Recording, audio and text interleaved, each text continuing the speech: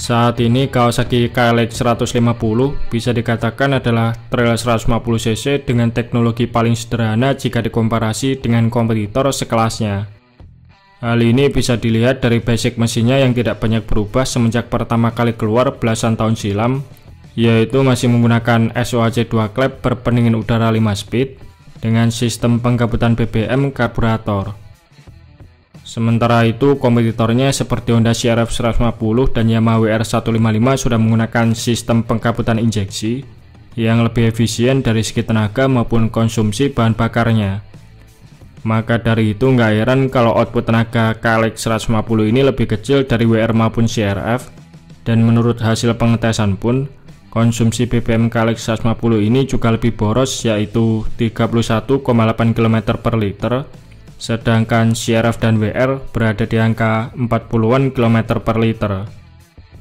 Namun meskipun mempunyai beberapa kekurangan, sampai sekarang Kawasaki KLX 150 masih cukup diminati. Bahkan motor ini juga kerap kali direkomendasikan sebagai motor terabas karena dinilai mempunyai kelebihan lain yang tak dimiliki oleh kompetitornya.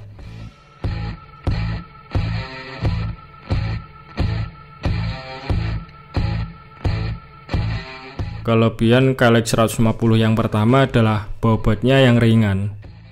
Saat ini KLX 150 mempunyai bobot 118 kg atau lebih ringan 4 kg dari CR-V 150, bahkan selisih 16 kg lebih ringan dari Yamaha WR155. Bobot ringan ini tentunya menjadi hal yang cukup dipertimbangkan terutama bagi para penghobi terabas ataupun enduro. Pasalnya semakin ringan bobotnya maka semakin mudah pula saat dikendalikan ketika berada di medan yang berat, manuvernya lebih lincah, serta lebih ringan juga saat diangkat ketika motor terjatuh.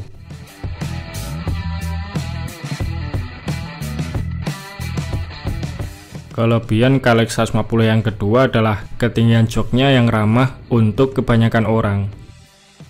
Saat ini Kawasaki KLX 150 tipe S atau tipe terendah dengan velg ring 19 inch depan dan 16 inch belakang mempunyai tinggi jok 830 mm, sedangkan KLX 150 standar dan KLX 150 SE mempunyai tinggi jok 865 mm, yang mana tipe KLX 150 dengan jok paling tinggi ini, ketinggian joknya masih lebih rendah dari CR-V 150 maupun WR155. Sehingga pengendara yang mempunyai postur di bawah 170 cm bisa memilih KLX 150 tipe S. Begitu pula sebaliknya bagi yang ingin joknya lebih tinggi bisa memilih KLX 150 standar maupun KLX 150 tipe SE.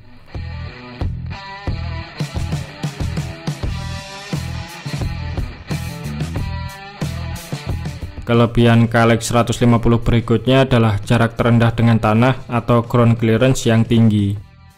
Meskipun ketinggian joknya terbilang rendah, namun KLX 150 standar dan KLX 150 tipe SE mempunyai ground clearance di angka 300 mm, sedangkan KLX 150 tipe S mempunyai ground clearance 265 mm.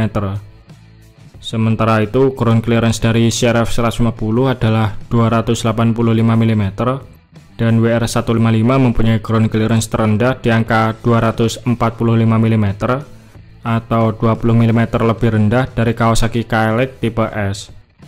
Nah, semakin tinggi ground clearance pada motor trail, maka semakin leluasa pula ketika dipakai melewati medan off-road, seperti halnya medan bebatuan, gundukan tanah, ataupun jalan yang berlumpur.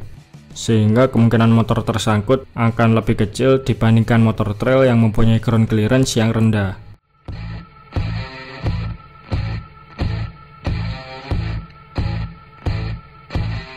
Kelebihan KLX 150 yang terakhir adalah banyaknya varian tipe yang ditawarkan. Jika kompetitor sekelasnya rata-rata hanya menawarkan satu tipe dengan beberapa varian pilihan warna saja, maka Kawasaki menyediakan beberapa tipe KLX 150 series dengan spesifikasi dan harga yang berbeda-beda, serta bisa dipilih sesuai budget maupun kebutuhan masing-masing. Tipe KLX 150S menjadi yang termurah dengan bandrol harga 33 jutaan. Varian ini dibekali diameter velg lebih kecil yaitu 19 inch depan dan 16 inch belakang, serta suspensi depannya masih menggunakan tipe teleskopik. Kemudian ada KLX 150 standar yang telah dibekali suspensi depan upside-down serta ukuran velg 21 inch depan dan 18 inch belakang yang dibanderol dengan harga 37 jutaan. Lalu tipe selanjutnya adalah KLX 150 SE. Namun kode belakang SE di sini bukan merupakan special engine, melainkan kepanjangan dari Special Edition. KLX 150 tipe SE ini mempunyai spesifikasi kaki-kaki yang kurang lebih sama seperti KLX 150 standar. Hanya saja terdapat beberapa tambahan seperti upside-down yang diberi warna gold, velg warna hitam, desain striping yang lebih menarik, serta tambahan aksesoris penunjang off-road seperti handguard, frame cover, skid plate, serta stang kemudi model fatbar. Sehingga harga KLX 150 tipe SE ini dibanderol lebih mahal, yaitu Rp40.300.000. Nah, jika kurang puas dengan 3 tipe KLX 150 ini, Kawasaki juga menyediakan varian yang lebih siap untuk digunakan terabas, yaitu KLX 140R yang dibanderol seharga Rp41.300.000. Meskipun namanya KLX 140R, basic mesin yang digunakan pada motor ini sama seperti yang digunakan pada KLX 150. Hanya saja terdapat beberapa ubahan seperti pada bagian karburator dan juga knalpotnya yang membuat torsinya sedikit lebih besar dari KLX 150. Perbedaan berikutnya adalah KLX 140R dirancang mempunyai bobot yang jauh lebih ringan dari KLX 150, yaitu hanya 99 kg saja, karena tidak adanya part kelengkapan standar jalan raya seperti headlamp, stop lamp, sen, spion, speedometer, dan lain-lain yang membuat bobotnya berkurang signifikan. Namun karena tidak adanya part standar kelengkapan jalan raya ini, KLX 140R hanya boleh dipakai off-road saja, alias tidak legal untuk penggunaan jalan raya. Selain itu, suspensi KLX 140R juga didesain mempunyai travel lebih tinggi dari KLX 150. Lalu penggunaan ban khusus off-road serta gear belakangnya dibuat lebih besar, sehingga berkat beberapa ubahan ini, performa KLX 140R saat dipakai di medan off-road akan terasa jauh berbeda dari KLX 150.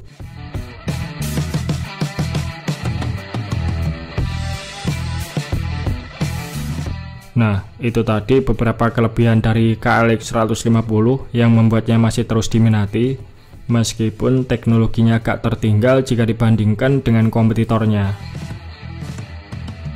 Oke, mungkin itu saja sedikit pembahasan kita di video kali ini. Terima kasih sudah menonton. Sampai jumpa di video-video Bang Rossi selanjutnya.